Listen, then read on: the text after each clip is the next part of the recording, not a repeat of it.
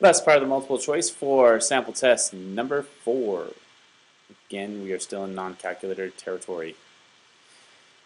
Number 19, the velocity. Velocity. Ooh, we got one of these 1, 2, 3 questions. The velocity of a particle moving along the x-axis is given by the third degree polynomial p of t. The roots of p of t are all in the open interval between 0, t, and a. Which of the following statements must be true?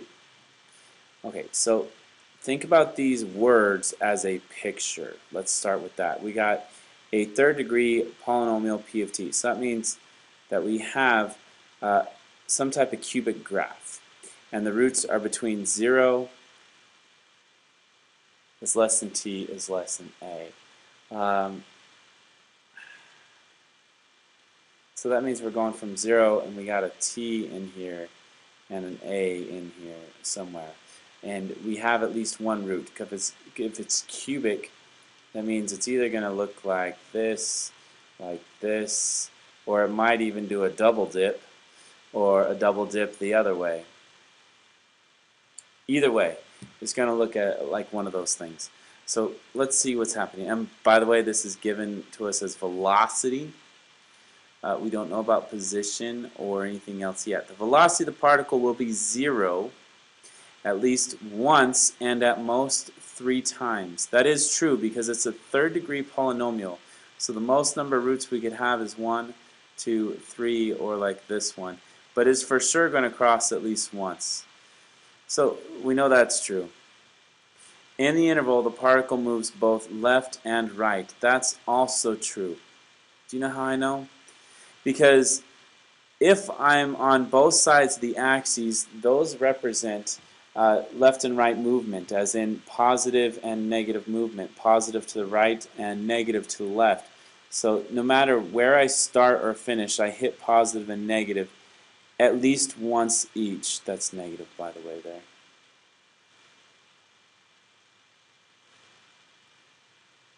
Oops, that's not clear. Let's do that. There we go, that's negative. All right, the total distance traveled by the particle from t equals 0 to t equals a equals the integral of 0 to a p of t dt. All right, here's where we get a little fishy. First of all, you should be suspicious. 1 and 2 are true. Usually one of these 3 is false. Not always, but usually. 3 is definitely false. Here's why. P of t is velocity, and distance equals the integral from a to b of speed. And speed is absolute value of velocity. So what they needed to do was put a velocity, absolute value sign around the p of t. Then 3 would have been true. But 3 for sure is not true. No way is 3 true. 2 is not the only one true because 1 is also true. 1, 2, and 3 aren't true. D, 1 and 2 are true. True. Ooh, we have 2 of these in a row? No way. They wouldn't do that. Well, they wouldn't do that, but in case they did, we'll be ready for it because we did it here. Tilt this a little bit so we're not reading on a slant as much. Let f be a function that is differentiable on the open interval AV. If f has a relative minimum at c f of c and a is less than c is less than b, then which of the following must be true? Well, let's draw this. We got a minimum. Here's a, here's b, here's c, here's f of c. F prime of c equals 0. Not necessarily, because what if it was like this? It's differentiable on the open interval AB. Well, I guess if it's differentiable, then that means it wouldn't have any sharp points like this one. Well then, I guess the f prime of c would equal 0. The slope has to be 0 if it's differentiable. If it's differentiable, that means there's no sharp points, no sharp turns. Therefore, it's got to be flat. Check. F double prime of c must exist. Not necessarily, because if it has to exist, I mean, what if it was something where when you get to a point where you take the derivative, but now once you get to second derivative, you start getting negative powers or something like that. Like if we have square roots kind of thing. Like if I have a, x to the 3 halves, because when I take the first derivative, it's going to be 3 halves x to the 1 half.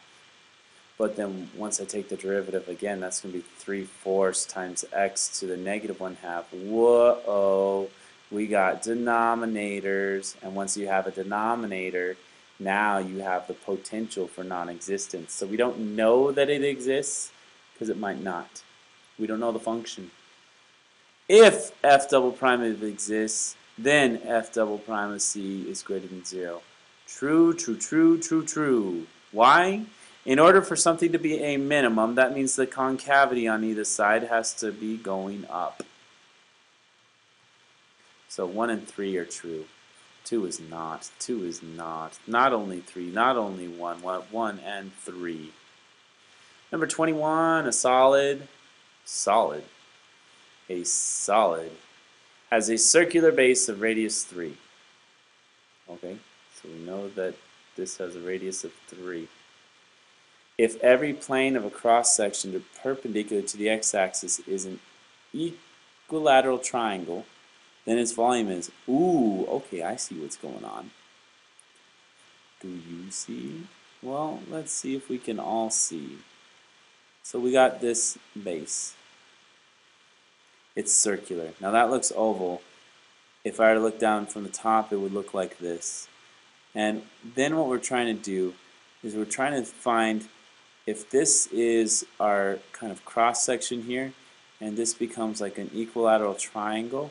So that'd be kind of a three-dimensional view there. This would be a top view, and a side view would look like this. Equilateral triangle. What we want to do is to figure out the volume. Volume is often equal to the integral of some type of area. So volume is equal, let's take that line back. Volume is equal to the integral of the area. Well, the area of each of these triangles that are added up from, let's say, A to B or left to right, we got to figure out what the area of this is. Now we know that this is a circle. So if you were to think of this as circle, that's actually two functions. This top function would be y equals, well, it's got radius 3. So that means y equals 3 squared minus x squared.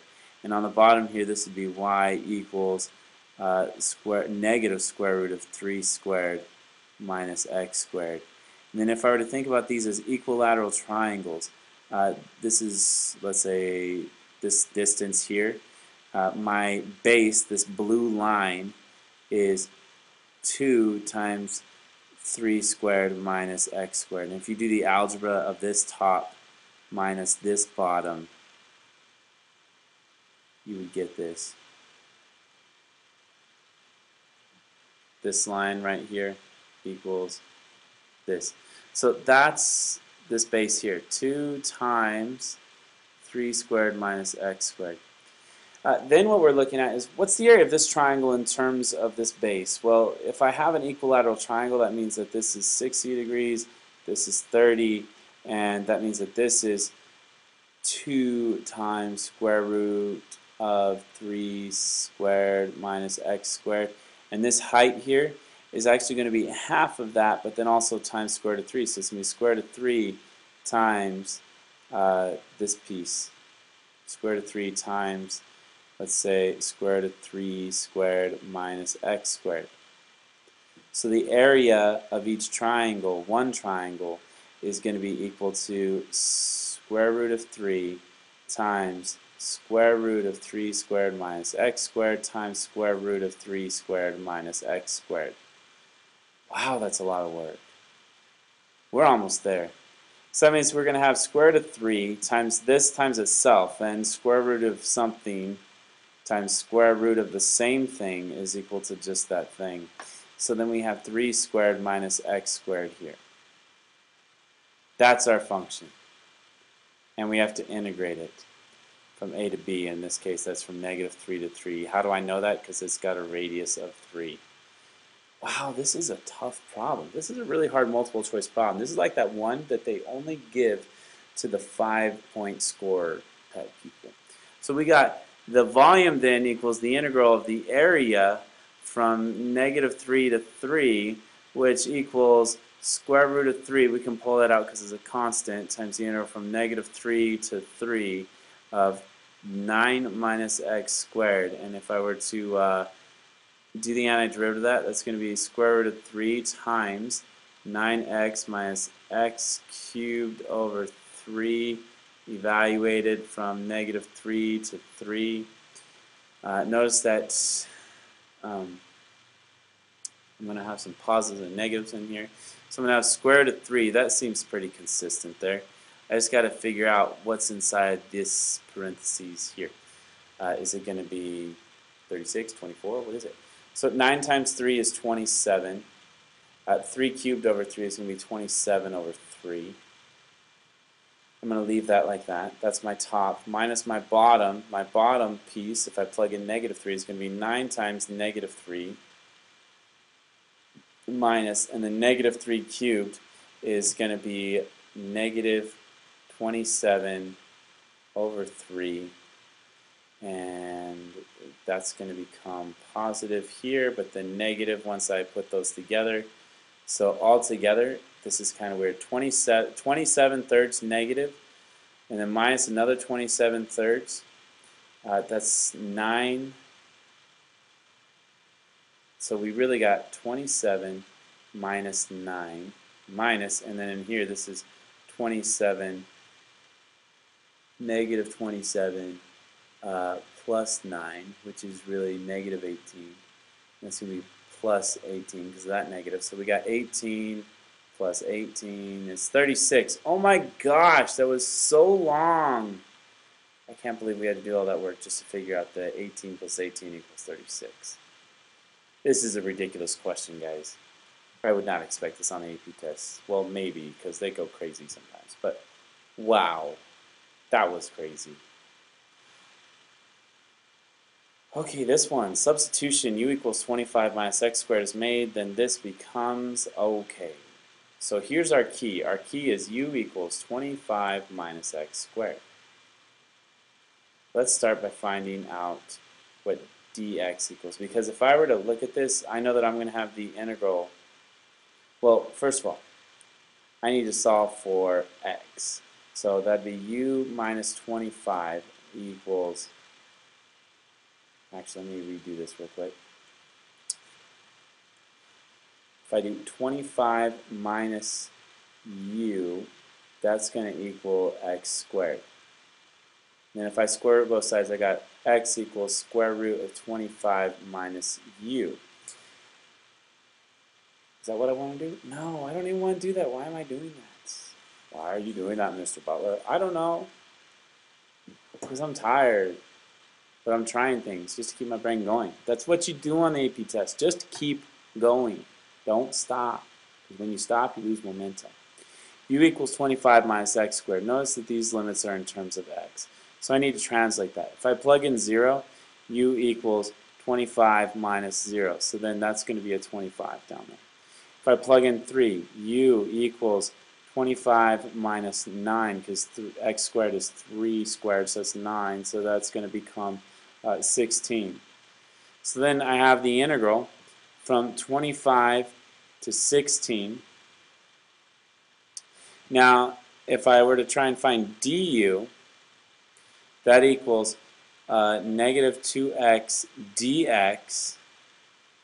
So what I want to do is figure out what needs to be in here.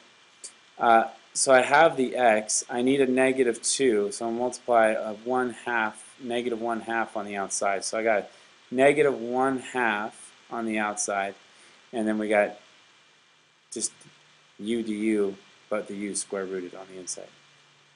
There we go. Does that equal any of these? None of them have a negative except for this one, and that one's not right because the limits are off. But I know that if I have a negative, that means I can actually flip the integral, because it's like flipping your movement. Instead of moving in the negative direction, we're going to move in the positive direction and just change our boundaries. We're going to start where we finished and end where we started. That means we're going to go from 16 to 25. This is going to be positive 1/2 instead, and then we still have square root of u to u. I think that one's going to match something. Yes, it does. Number D. Part D. Letter D. Next, please. If y equals arc sine of 3x over 4, then dy dx. Oh, man. Why do they always got to give us the tough ones? All right.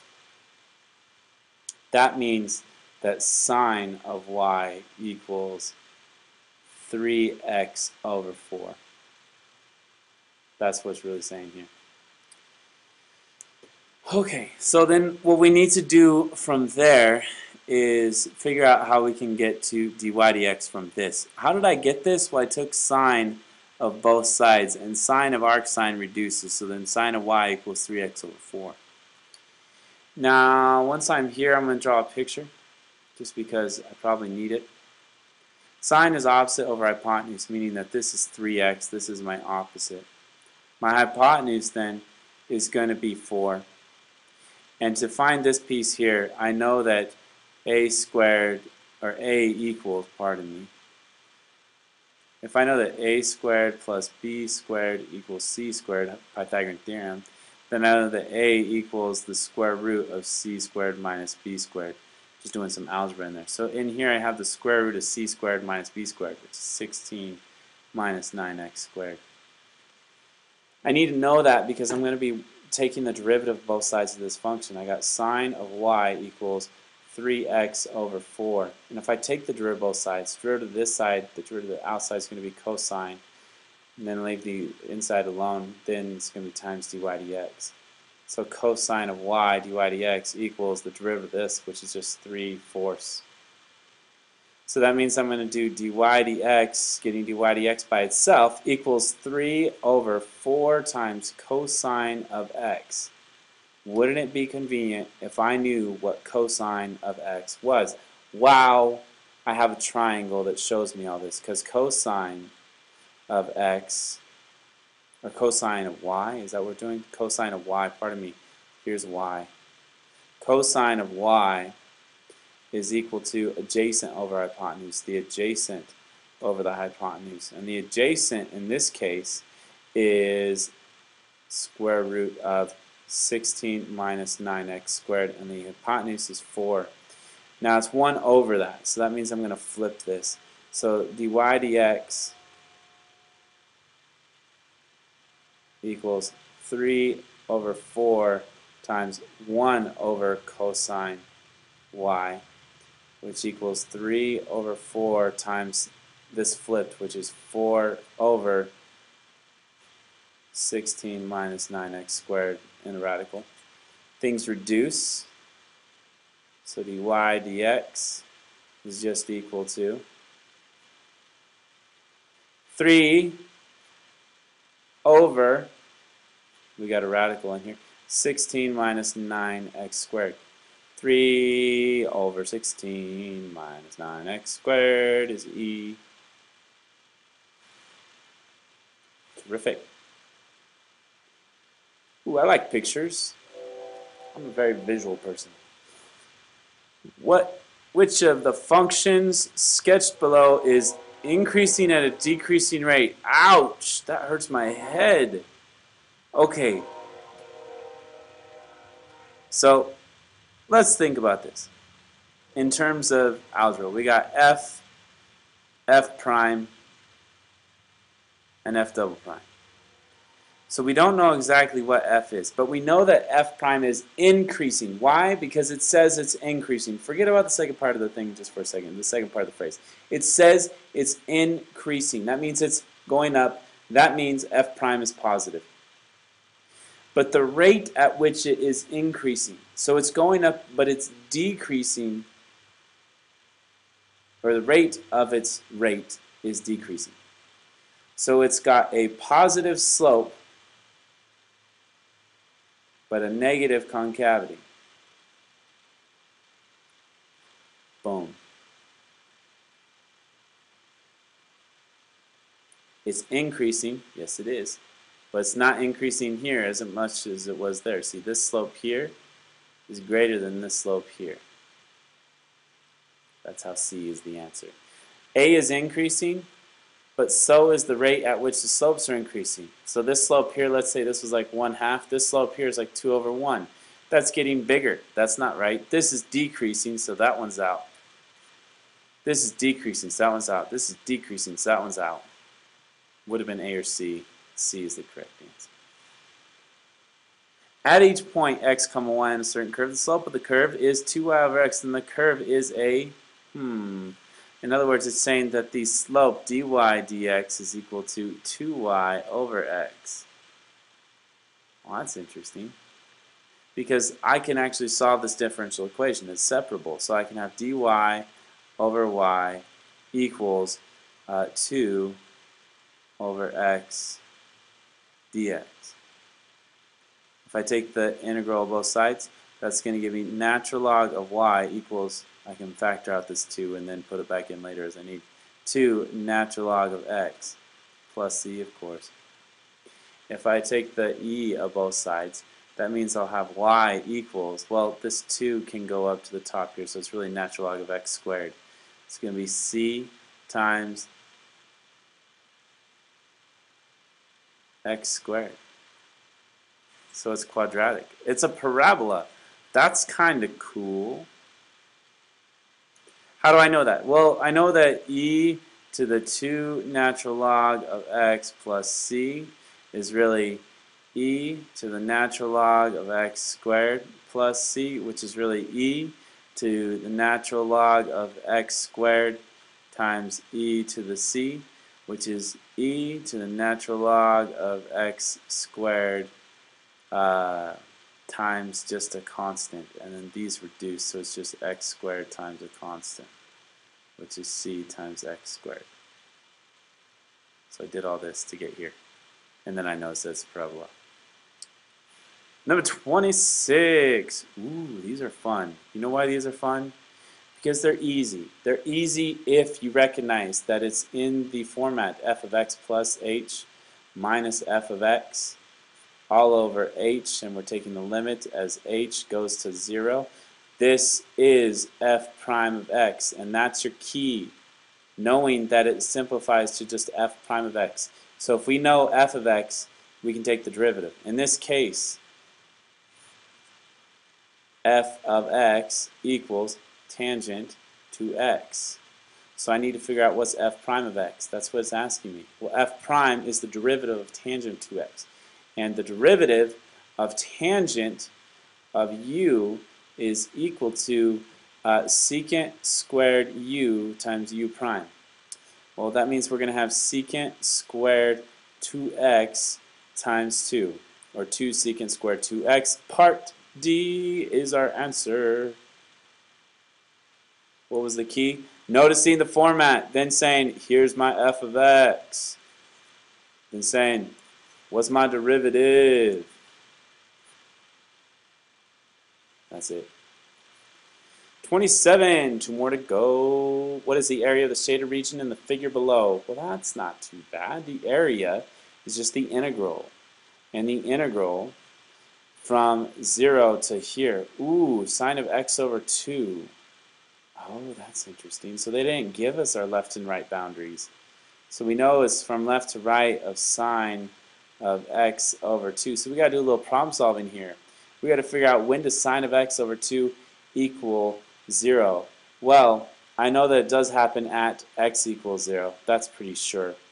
Now, if I think about the normal sine graph, I would think that this is going to be pi. Because sine of pi equals 0. I also know that sine of x over 2 equals 0. And that tells me that x over 2 equals pi. Oh, so x equals 2 pi. So this is really not pi, it's 2 pi. So I'm going to have the integral from 0 to 2 pi of sine of x over 2. Well, I know that I can do the antiderivative sign, but sine of x over 2, that's a little bit different. So let's think of x over 2 as like u equals x over 2, or 1/2 x, then du equals 1/2 dx. That means I need a 1/2 in here, and I need a 2 on the outside to balance it. So from there, let's see what we can do. Well, the antiderivative, I have my sine of u du. Here's my sine of u, and here's my du. The 1/2 dx is my du. And the antiderivative sign is negative cosine. So I got negative cosine of x over 2 from 0 to 2 pi. And we're going to multiply all this times 2. Well, if I plug in 2 pi in here, I'm going to have negative cosine of 2 pi over 2, which is just pi, minus negative cosine of 0. Then we're going to multiply all that by 2.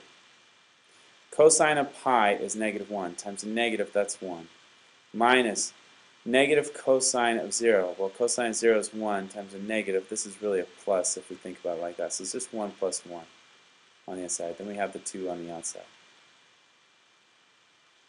So we have 2 times 1 plus 1 equals 2 times 2. You guys always said, if the test was 2 times 2, then I would totally get it right. Hey, look at this. It is 2 times 2, and 2 times 2 equals 4.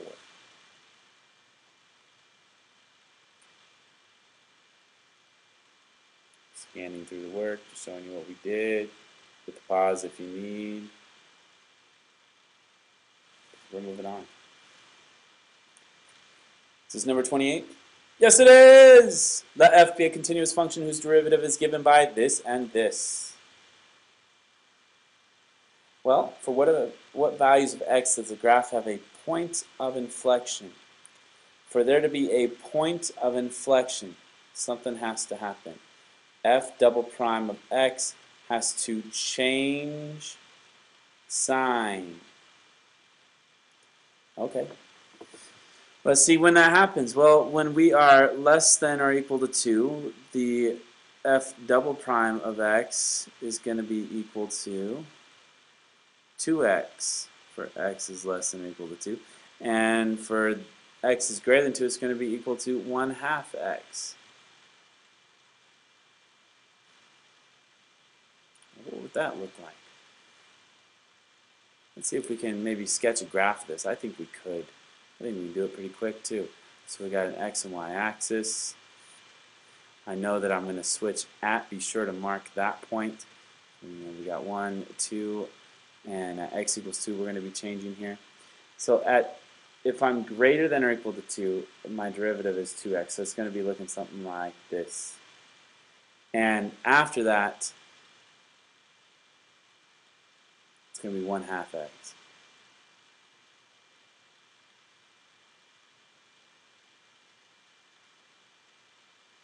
So I'm really looking to see if I have any changes going on here. Not really, not a whole lot. Because, you see, I do have a change. Eventually, this line is going to come all the way down to here, and I'll have a positive and then a negative. But right here, for what values of x does the graph of f has a point of inflection? Well, this doesn't really change anytime. Because if I were to look at, oh, wait a second.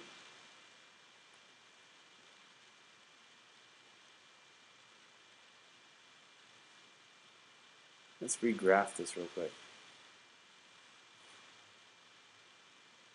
So when I'm greater than 2, I'm going to have a graph like that. But when I'm down here at less than 2, I have a graph that looks like this. So if I were to interpret what's going on, let's say with like a sign chart, let's say we're looking at f double prime, and x all together. I need to look at before 0, so like -1, then at 0, and then at 1, and then I need to look at 2, and after 2. Well, at 1, f double prime is still positive, and at 3 it's still positive, so there's no change here. No change. But between -1 and 1 at 0, there is definitely a change, because at -1, f double prime is negative. So we're concave down, and then we're concave up. So right here in the middle, we're going to hit a point of inflection at 0, but only at 0. There's nowhere else where it's going to happen, because here's why. They gave us f prime, and they're asking us about point of inflection, which means they're asking about this derivative of f prime. And that's what tells us this piece here. All right. That's it for this video. Next, we are going into the FRQs.